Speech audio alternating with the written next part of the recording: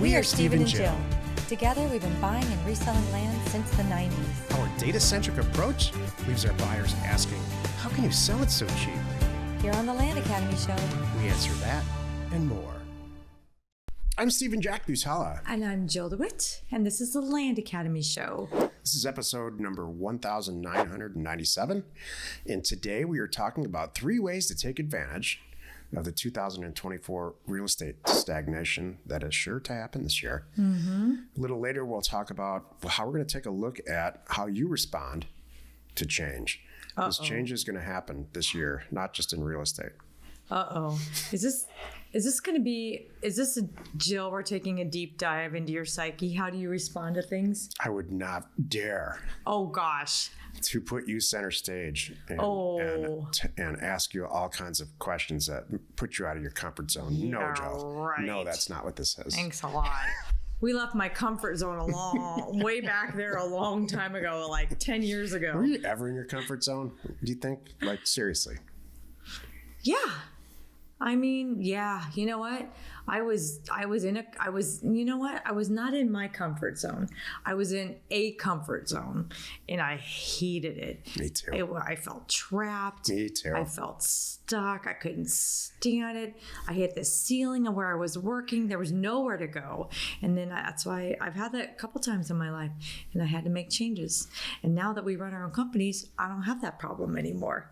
We just had this exact talk about, I don't want to blow the episode here, but how risky a W-2 job is. And it's so ironic because you think it's the greatest thing ever. Oh, I got this great job. I'm going to get in a car. I'm going to get, I'm buy a new house. I'm finally going to do the stuff I want to do. It's totally the opposite. You should hunker down, especially this day and age, and prepare for that single point of failure to fail. It's true. Each week on the show, we answer questions from our Land Academy member Discord forum and review land acquisitions from our weekly member webinars. And then we take a deep dive into 2 land-related topics. Yep. All right. So Alicia wrote, how many zip codes do you gauge your mailer on in the red, yellow, green test? So what I mean is, do you test 3 to 10 zip codes? And then if 6 out of 10 are good, and then 4 don't pass, what's your number? I'm sure I'm overthinking here. I like this question. Alicia, how many's enough and what's not too much? You are not overthinking this at all. And I have to tell you, I love your contribution to Discord. Not as a person you are using Discord how we intended it when we set it all up. She's asking tiny little questions every single step of the way. I can read through Discord on most of the channels, and I can see, where you are in your career. That's sweet. And at some point, I'll tell you, and I say this with passion, we're just not going to hear from you again. That's how this always happens because you're off and running. And thanks, guys. That's true. Loud. Got it. I got what I needed from you, and bye. True. True that. You are not overthinking this at all. I would test as many zip codes as you possibly can stomach. And the more that you test, the more you're going to find 2 or 3 or 4 that absolutely kick the heck out of the other ones. But I will tell you on a personal note, the vast majority of the time, when I pick an area to test and I run, let's say, a 10 zip code test, I choose like 8 or 9 of them. There's usually one glaring. Like, what's your average? 8 or 9 out of 20? 10. Generally, 10's good. 10's a good regional rural market. If it's urban, it's a whole different deal. And we talk about that in House Academy. Urban markets are usually for House Academy, and you can see right away where you should be sending mail. But rural land markets, like 10. Well, what's the most common thing that you, what's of the red, yellow, green tests? Days on market, new list to sold, and what's the third? And the universe of properties, what's listed. Yeah. Okay. What's the number one? What weighs the most? Is it days on market? No, it used to be. It used to be days on market for a long time. Was a real indicator where you could look at, let's say, 3 zip codes out, just as sake of argument. One's got a days on market of 80, one's got a days on market of 70, and one's got it of 60. Oh, 60 is the best because it's stuff's moving faster, but that's just not what I really look at now is what's pending. and what's existing. And so if there's a market I just analyzed for mobile homes, and it has as many pending properties as it does for sale properties. And so what I can tell then is that it was a lot too, like 30 pending, and with the entire list, I think there were 30 for sale still. So there was a huge problem, in my opinion, with the properties that are still left for sale, meaning they're not priced correctly, or the quality of the product or location is substandard. So now it's telling me like everything I need to know about that market, and I want to stay out of there. So you can tell so much from this red, green, yellow test. So it's true. You can't overdo the red, green, yellow test. First of all, it's free. By the way, it's free. Exactly. It's free. You haven't downloaded any data yet. And it's easy. Yeah. Doing a mailer, if you don't get concierge data to do it, it's, it's, especially if it's your first time, it's time consuming and a pretty big learning curve. But red, green, yellow test is you and a weekend and a pot of coffee. And you're going to come out of that, which I can tell you know what you were doing already, just by asking this question. More is better for all this stuff. I think more is better too, in a lot of things. Most things, not kids. Wow, there's a gear shift there. I agree with you. Not marriages or kids. More is not better. Jill just bought a new couch, and she, I think, overspent on it. And hold on, there's a compliment here. I can't wait to hear this. We both sat down on this couch, and it's really nice. Actually, it's going to change our lives, quite honestly. Yeah. It's sad to report, but that's all it takes. I won. I was right. Not that the first thing we both looked at each other and said, "No children will ever sit on this couch. Like, it's not going to get racked or." We have no kids at home and no pets. We both just had a little smile on our face, like, I can have a tan couch, a cream couch. That's it. I intentionally bought a cream couch and I love it. I do too, actually. It's awesome. Today's first topic, 3 ways to take advantage of the 2024 real estate stagnation that will happen. Mark my words, it's happening now. The real estate market is finally responding to the crazed frenzy that was COVID driven. Everybody got to work from home who could. Everybody moved out of town who could. True. And so there was a lot of movement.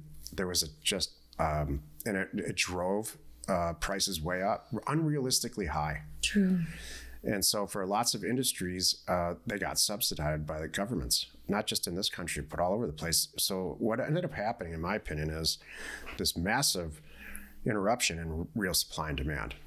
And that trickled into this pure supply demand of real estate and location and price and all of that. Then a bunch of other stuff happened. It got too crazy. So the federal government stepped in specifically last year, raised the hell out of interest rates to a kook level, in my opinion.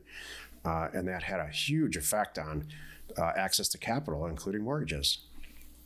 The whole result is, and that was the federal government's intention, is to stop the madness and to bring some balance back into pure supply and demand. And we're going to see that. Before that actually truly happens, the pendulum's going to swing back in the other direction. There was a frenzy before. It's going to take a huge chill pill.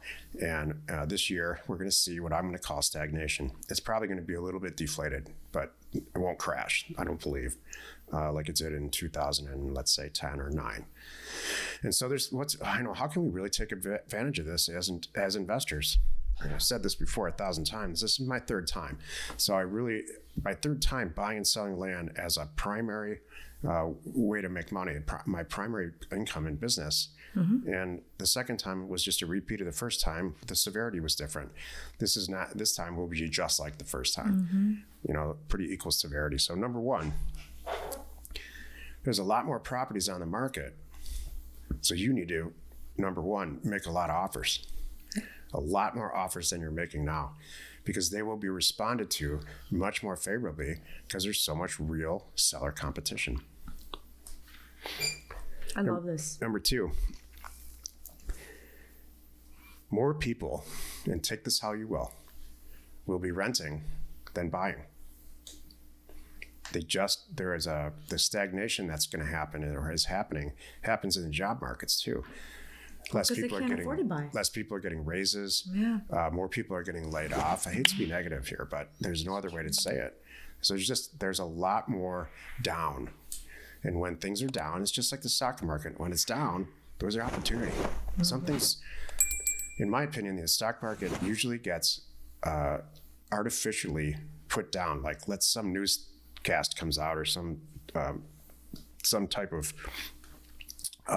natural event happens and the stock takes a huge dive and then it comes back up. It's all based on kind of news reporting. It's based on reality. This is based on reality. True. People lose their job, they're going to need to make some decisions in life, which takes me to point 3. People are going to move.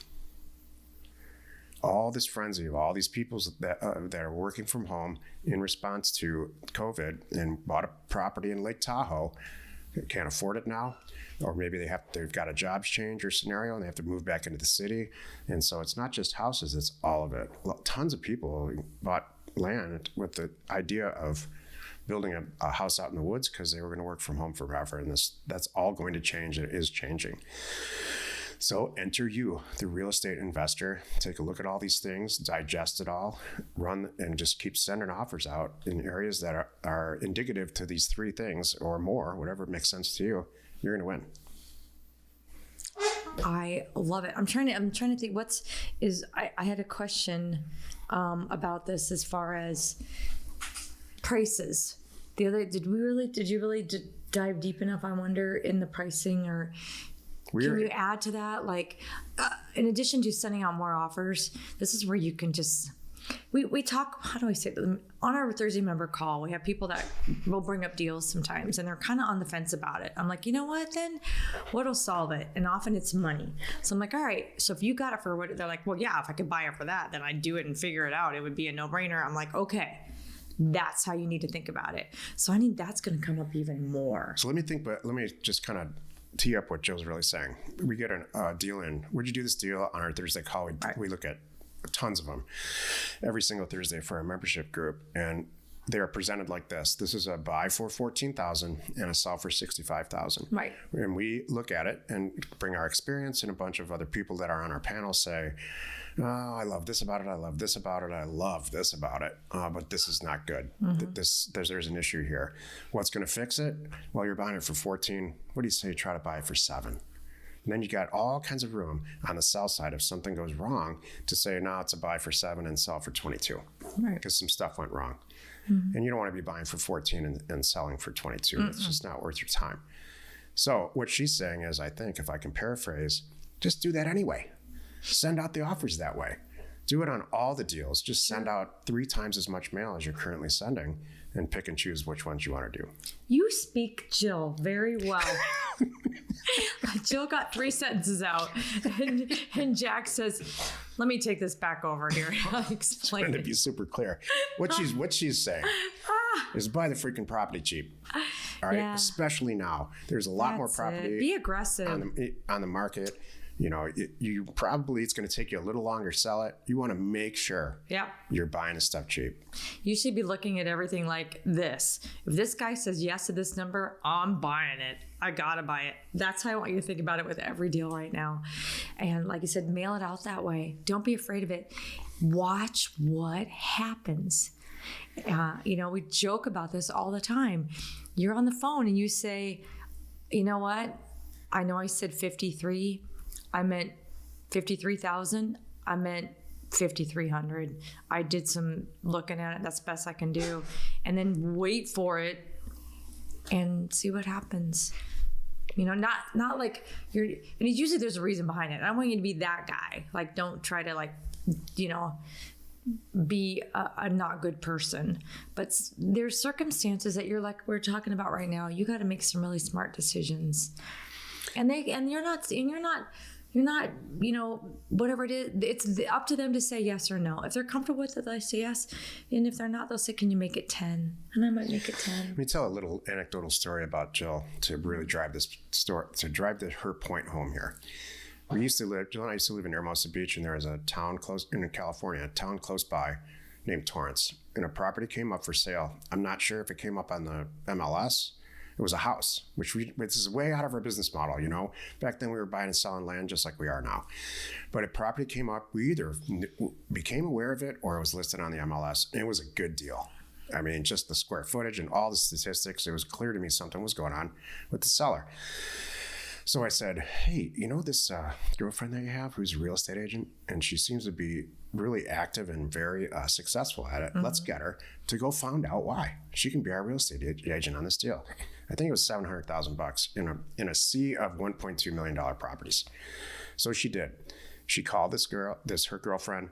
She went and found out the whole thing, and we determined that the property at $700,000 was a pretty good deal, but not a good enough deal for us. And we determined that, you know, at $650 or $625, I don't remember the exact numbers, that's the kind of Jack and Jill pricing and deal that we'll do. And it's real tough for us to lose any money. In fact, we're probably gonna make $100,000 pretty quick. Right. That was the exact thought process. So Jill, being Jill, goes back to her and says, I know it's listed for this. This is the price, and let's close the deal. And she blew her top. Yep. She said, at that price, I would buy it. That was it. I'm like, and Jill said, that's the whole point. Exactly. Every deal we do is like that. Exactly. As if to say, in air quotes, you have to buy it at that price. Right. And a big, massive light bulb went off in her head and said, that's why these guys live on the ocean and I don't. I could see it unfolding in her head because she was thinking it. Wasn't that funny? In terms of presenting offers and potential embarrassment or whatever real estate agents probably think like about. maximizing her commission, I would say. I don't know. I don't know either. Yeah. But that's true. That's a good when story. you look at a land deal, you need to look at it and say, I have to buy this. Yep. I have to buy this. This is, in fact, I probably should open escrow today. Yep. And stop what I'm doing now. This deal is so good, I need to buy it. Before anybody changes their mind. Those are the only deals that Jill and I do. Yeah. And there will be more of them during this stagnation period. How do we accomplish that? What's the real secret? We send out truck tons of mail and offers. I love that. That was good. Let's take a look. Do you want to talk more? I'm drinking my tea. Let's take a look at one of our favorite land acquisitions from our weekly Thursday member webinar. Would you do this deal? In Columbia County, Georgia. Not sure how to assess this one, she's saying, but this is the accepted offer price. What do we got? 12 acres around stuff. What's your initial, without reading the description, which we'll do in a second, what's your thought on this? It looks like it's left over for something because there are houses darn near everybody else except for that one spot to the northeast. So that gives me a little bit of a concern. Now, having said that, it looks like there's a mountain or something or a gully. We're going to see. Yeah. But that first impression is really good to practice. Like you pull it up, bam, what's your first impression? So we have the access. We see that. We've got adjacent. We've got that. We know it's 15 minutes from downtown Augusta. Lots of development in the area. Asking price is now $700,000. I think I know what's going on here. And we're trying to figure out if we can make it work. Totally know what's going on. Me too. Okay.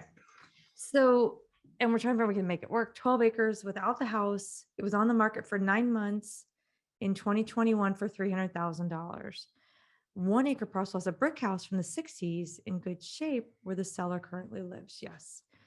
Best use may be subdividing for SFR development. Spoke to a broker in Augusta who agrees and recommended an engineer do a simple concept to assess the topography and figure out how many lots could be placed there. Does this seem appropriate or extra for this deal? Dana, this sounds to me like I listen to these podcasts too, where you pick up the phone and you cold call, or you do texting things, and all you're doing is reaching out to an area that you like and seeing who really wants to sell. And then you start talking to them and have a communication like this for a month. And they finally go, yeah, okay, I do want to sell something. And then what they're throwing out to you is may or may not be what you're looking for, and definitely not the price you want. So this, if they couldn't sell it for $300,000 in 2021, I wouldn't touch this. I wouldn't touch this for less than 100,000, maybe 50. 50 is the number. Yeah, I'm thinking 50. So they don't want to sell, or you know what? How about this? She doesn't want to sell, and you wore her down, and she gave you her make me move number. You know what? So this is what this lady, I think, said. This Dana, I like this Dana, or at least for a month, Dana won't go away. Fine, here's my number, $700,000. That's not the typical Land Academy deal. Oh, she's selling us the home in the middle. Yeah, with it, right? Yeah, I still don't know. Okay, are they all worth $1 million? If it's really worth $1 million for the whole thing, then I can wrap my head around $700,000. Let's see what her precious house is worth. And I wait This for just a property few people to call me On back. 4 acres is worth $145,000. So It's a make me move number. if I were to value this property without a house on it, just dirt, it would be $14,000. So that's $14,000 for 4 acres. This is $700,000. 12 acres. So $50,000 or $60,000 is what is dead on. Yeah. Well, even throw in the house. What she wants to sell the house too. So the house is worth 430. 430. Okay, that's all right. That's good. That's not so bad. Cool. So that means maybe in a good day, maybe all the stars are in alignment, Dana. You can buy these 12 acres and the house and sell it for $500,000. That's exactly what I think. So That's you need to buy it perfect. for 200. 150 to 200. Well, let's get a house on it. If she's living there in the house and you could still work it, let's just say I could sell it for $500,000. If I can buy it sub 400 and make $100,000, I would do it because it's a house deal now. Jill and I own a full-blown commercial company, a commercial printing company called offers2owners.com. And I know for a fact, because I just approved it, that we are running some pretty amazing March sales. Oh, yeah. As a matter of March fact, discounts. well, and there's going to be some special stuff going on too if you join us next Tuesday.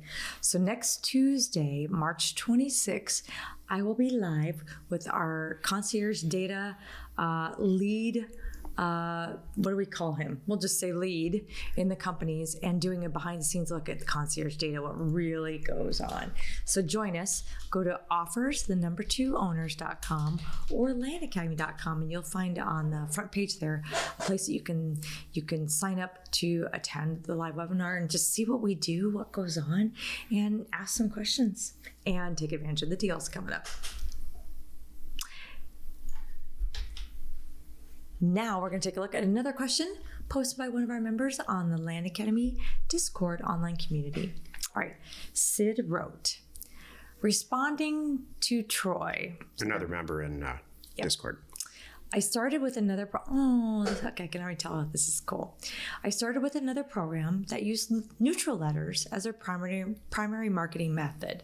Since you're not putting a price on the letter, you will get 3 to 4 times the number of responses. You will spend a lot of time on the phone to determine that 95% of those callers will not fit your buying criteria and will want retail price for their property. I did buy my first property with this method, so it does work, but with a lot of wasted noise. I joined Land Academy and switched to the blind offer method. Not near the amount of responses, but the seller has an idea of the price you're willing to pay. Most will want to negotiate the price, etc. So the person answering the phone or calling you back, if you have it going to a service, is the key to the business. I've priced too high and I've also priced too low on some mailers. So the key is to determine what price you're willing to negotiate and stick with it. I've had sellers refuse to initially accept my price, only to call back 1 to 2 months later and accept. Good luck with your journey. That's so sweet. There's a lot of, for whatever reason, we had several people in the last, let's say 60 days join us from other programs. And there's all kinds of different methodologies out there. We obviously believe ours is the best. And one of those is neutral letters, where you just send an offer saying, hey, I'd like to buy a piece of property. One of the other ways to do it, yeah. I'd like to buy a piece of property, give me a call. And so it generates a ton of activity, but not at a price that you typically want to pay. Right. I even had one come in. So we don't do neutral letters at all. We don't do postcards. I don't do anything to warm anybody up, because the last thing I want to do, if I send out a postcard to the planet saying I want to buy your property, they're all going to call me. And then we're going to it's just going to slow me down and waste my time. And what's funny about the offer range, which I've seen, did we mention that? No. This is just this. I got to tell you, I just had someone send me an offer on a property that I don't own anymore, but it was so funny because not only they're expecting me to do math as a seller. They don't know who I am. So I get this thing like, hey, we want to buy your 4.6 acre property in Tennessee and we're willing to pay anywhere between $2,000 and $8,000 an acre. I'm like, well, all I see is $8,000 an acre, and now I got to do the math. But they probably, when they sent that out, I'm sure they're thinking 2,000. Why don't you just send an offer for 2,000 an acre and just cut to the chase? And then when I get it and I see it, it either works for me or it doesn't. That's the point. Why would somebody do that? I know, isn't that weird? No, I'm asking seriously, why? I don't know. I guess just to get a phone call. I would say that if you're going to write 2,000 to 8,000, just say 2,000 or more, or just, at least minimum or something like that. I don't know. Whoever you are. And when you give two numbers, you're automatically going to see the higher one. Unless you're buying something, you automatically see the red sticker. whoever you are, whatever type of investor you are or you want to be, please take note of this. When you do a mailer, I don't care what kind of mailer it is, picture yourself sitting at the kitchen table opening the mail, and they open your letter and what their response is going to be. And I don't think that you'll end up sending a letter that requires somebody to get out a solar-powered calculator out of their junk drawer and then explain it to their husband, who doesn't want to sell a property anyway, for any price. That happens. Is it really 4.6? I mean, can we make them go through 4 steps to actually consider picking up the phone and saying, oh, $8,000 for my 4-acre property, $32,000 sounds pretty good. Yeah. About 1% of anybody who receives your letter that way is ever going to get it, is ever going to go through that process. Mm-hmm. They've already had the life event that's going to make them sell the property to you. If they see $32,000 associated with a property they never wanted in the first place, they're going to call you. Yep. If not, if they think it's worth $55,000, they're going to call you and yell at you. That's fine. That happens all the time. Or they're going to crumple your letter up and throw it away, and that's fine too. That's all part of what we do. Totally. It's hilarious. Today's second topic, let's take a look at how you, not you, Jill, but you listener, respond to change. It should be. Let's take a look at how Jill responds to change. Let's just start there, actually. Actually, you know what? I'm okay with that. You handle change really well. I didn't always. Really? No, I didn't. I guess it depends on some things, but I remember maybe I do it well, because there's one situation I didn't, and then that surprised me, and that's the one I hang my hat on. It was changing from Sabre to Quick Res. Anybody who was in the airline industry knows, I know what that is.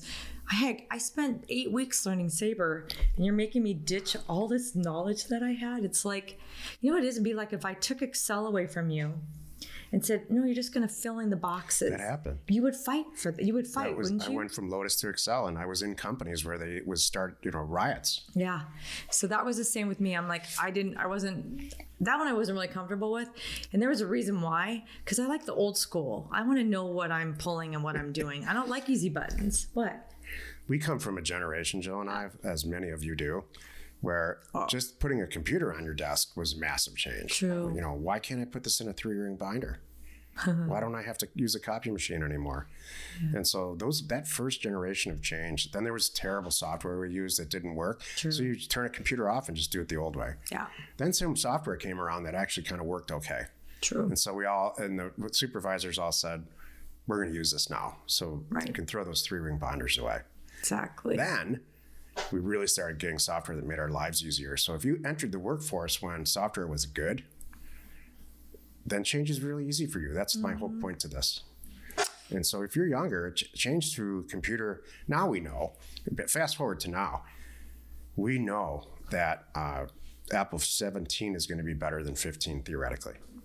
We just know that, and we've accepted it, and change will come, and it's going to happen, and we pay for it, and it generally makes our lives usually better. It's better. Now I'm excited for it. Yeah, me too. Well, you know what? So here's what happened. That was my one thing. So you know what? You're right. I am good at change, because I'm sitting, as you're talking, I'm thinking about it. I've moved a lot. We've moved a lot. We go where jobs are. We go where kids need to get in school. We go where we want to be. We go where we can now afford, or we go where we can't afford. We're not afraid to do that. Some people don't do that. There's a lot of people don't do that. So I was raised on change. I wonder if it's nature or nurture. I guess that's my I always think of that. Whatever it is, I always go, is it nature or nurture? I don't know why, but it helps me process it when I think of it like that. So I think for me, by nature, I'm probably fine with it. Like, am I still going to be able to do X? Then I'm like, sure, then let's do it. That's all I care about. I don't have a lot of major needs, but by nurture, I was raised in a little bit of a, here's what we're doing now. We're, kind of thing. All right, let's go. So a lot of this too, I think, is industry specific. If you're in the tech industry, you have to embrace change, and it'll make or break you. You're always trying to find the next best thing and make it great. Timing's everything in that industry. In healthcare, you have to embrace change. I used to be in healthcare, and I've never seen a group of people in general that are more adverse to anything changing in my entire life. We've got by with this using this old charting system for 25 years. I mean, why can't we do it for 25 more? There's some reasonably good arguments to back it up. Like, I'm going to deliver the same exact care to this person, whether I put it in the computer or not. What you lose is outcomes and care plans and all the stuff that where you can measure, the delivery of care and which caregivers maybe has a better outcomes than the one next to them and all of that. When that defeats the purpose of why you should theoretically get into healthcare in the first place. So I get it. A lot of it's industry specific, some of it's age, but I'll tell you what, change happens. And in this industry, you better embrace it. Oh, well, I'm going to talk about you before you bring it into us real quick. Man. I know. Well, just how do you think you are? How do you think you are on a scale of 1 to 10? And then I'll tell you what you really are.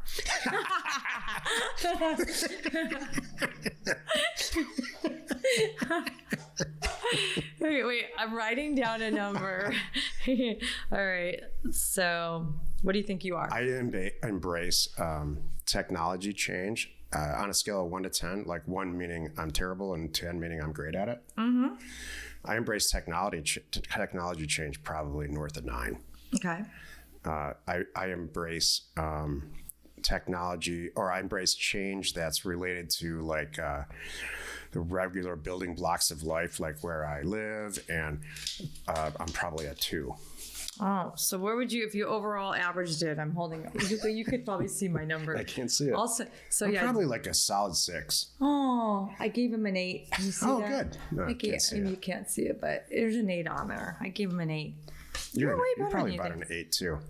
You know what? I take it back. I'm an 8. You're a 7.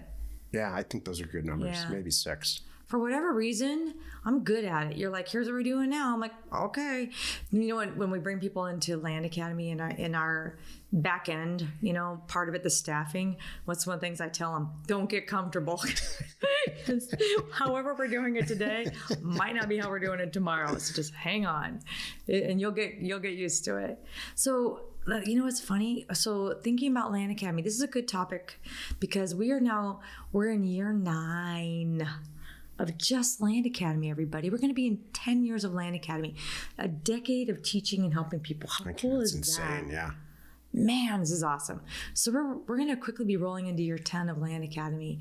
And I'm thinking about the changes we've even had since Land Academy. We didn't have the mapping stuff we have. We didn't have the GPS stuff that we had when we started Land Academy. We had a whole different data. We've gone through 3 different data sources, almost 4 when you go back to the old school ways. Like, it's pretty cool. Our online community has changed 3 times. Trying to think. Oh, geez. Right? We failed at sending out mail with outside commercial printing companies to the point we were so upset about it, we just started our own. True. How many data scenario? This is our 4th. This is our 4th source of data because they just keep getting better. Oh, 4, yeah. And it's not our last. Right. That's the thing. You know what hasn't changed? What's that? What Jan does, what Jill's transaction coordinators, how we source transactions has dramatically changed. True. How we sell them has changed. True. First it was real estate agents, then it was just us, Facebook Marketplace, all this other stuff. Then we did it on terms, then we didn't. And now we're back to finding good real estate agents. My stuff in the middle didn't change. The way I Nothing answer in the the middle phone changes. Oh, the way I answer the phone and what I do the just two that didn't ends change. And that's the center and processing a deal and taking it through escrow is all exactly the same. That didn't change. And my phone number didn't change. It's really important to really, I think, deconstruct your life and see where change is appropriate and where it's not, and not to be hard-headed about this. I was very hard-headed about this. I was the last person to get a cell phone, and Right. and once I embraced it, though, and some of it's really worth it. I think social media in general is a terrible change. I think it brings more worse than better. I think it peaked. Yeah, I hope so. I really do think it peaked. So we'll see. My point for me to wrap up today is I still mean it. We're investors right here with you, doing our own deals right alongside you. So when a change is needed, we'll do it. We'll record it for you. We'll write a program and record it for you, and we'll share it with you. We'll figure it out. We'll watch for it. We'll figure it out. We'll test it. We'll perfect it, and then we'll share it with you to keep you moving forward. Because we do want to do some bigger and better deals with you all the time. That's our goal. Hey, let's take a look at another one of our favorite land acquisitions from our weekly Thursday member webinar. In Clay County, Florida, 1.08 acres. Offered $8,000. They counted at 12. House right next to the property. Public road, gravel, comps are all over the board. Seller called and stated he would only sell if they got 12. I don't think it's a good deal at 12, but decent at 8. Figured I'll ask you guys before I decide to walk away from the deal. Love it. All right. Here's my 5-second opinion on this. This is an awesome piece of dirt. There's houses all over the place. Still some vacant property. In fact, these two properties are vacant, and vacant. So I hope there's not some kind of weird slope thing going on here. We'll find out in a second. But that first 5-second opinion is really important. So I love this piece of dirt as a usable place to buy, to put a house. In a perfect world, these would all be developed. This is the last piece of land. Can you make me feel good with the Florida? Thank you. It's good. I panic with Florida. I'm like, I need to see where where the water is. Passing all of my phase one due diligence tests, all of them. Mm-hmm. Now it's about the money. So, Mama, I'm thinking you don't like the 12 because houses in the area are selling for sub 250 or sub 200. 103 active properties. These is just land of any size, and 156 sold in a zip. That's good too. Now it's just price. And here you go. 1,400, 2, 3, 3,000, 5,000, 5, 6, 6. I know. Okay. Let's do it Jill's way here. Thank you. Starts at 7 for 1.32 for 1 acre and above. 45 sold, 33 active. That's still good. Active, it starts at 16. Yeah, your 8's good. I wouldn't go above it. I think your 8's dead on. My first gut was like 8, 12. Who cares? But no, it matters here. It does matter. 8's good. I like 8. And I would buy it for 8. Jill, you have something to share. I do. So I was thinking about this recently, talking with my staff about, people in Land Academy and people not getting to Land Academy, off and on, I help take calls and talk to people who are interested and have questions about joining. And I have a new person now helping me out, who's within our existing staff, who's been here for years, that said, I want to help with the phone calls. I'm like, thank you. Yes. And it's interesting. My point today is it's interesting what we're uncovering. And some people are not coming at this with the enthusiasm that they need to be successful. Or to make it more positive, yay to those who are. So let me pivot for a minute. There's a story I'm here. gonna pivot and make it good. Why wouldn't you not go 110% at something, anything that you're committed to? I agree. I don't have it in me to not do that. Me too. I would rather not do it. Like if I'm going to start a new hobby, take on a new project, definitely a new line of business. Oh, I'm in. And I'll start kicking other things. Anything else that's not important, takes up my time, takes up my mental energy. Oh, it's out of here. Anybody who stands in my way, especially people who stand in my way, who don't agree with what I'm doing or just holding me back. Sorry, they're just not going to be around because I'm going to commit and I'm going to go at it. And so that's the thing. Most of our community is made up of that. And that really does make me happy. So that was my comment today is, think about when you make a pivot and you're jumping into something new, make sure that you are you are all in. Because if you are, and you make those tough decisions to say, I'm not going to let this fail. You have to come at it and say, whatever happens, I'm going to get through it. I won't let it fail. You will succeed. My dad used to say, if it's worth doing, do it right. Yeah. And that's what I think you're saying. Mm-hmm. If it's not worth doing, or you don't not into it or whatever, then don't even just get out of there. Well, if it's not worth doing to you, then you don't see it, you don't feel it, you're not invested in it. That's what I mean. Yeah, you shouldn't do it. Don't do anything you're not first invested figure in. out what's worth doing. Right. And for me, well, for you, is like, if it's a business, if it's a hobby, you're doing it for whatever reason you want to do the hobby. You love it, you want to learn it. Maybe you just want to have a release. It's relaxing. Those are all good reasons too. But for what we do, like for you're starting a new business or something, or adding to your existing businesses, you're going to make sure the math works. And then when you make sure the math works, then you're times in. 10. Mm-hmm. Make sure that that's works. what you do. Got to work in a spreadsheet before it's going to work in real life. Mm-hmm. Exactly. What about you, Jack? What do you have to share with us today? Informational. Along the lines of what we talked about today, I've realized that this is an endless pursuit.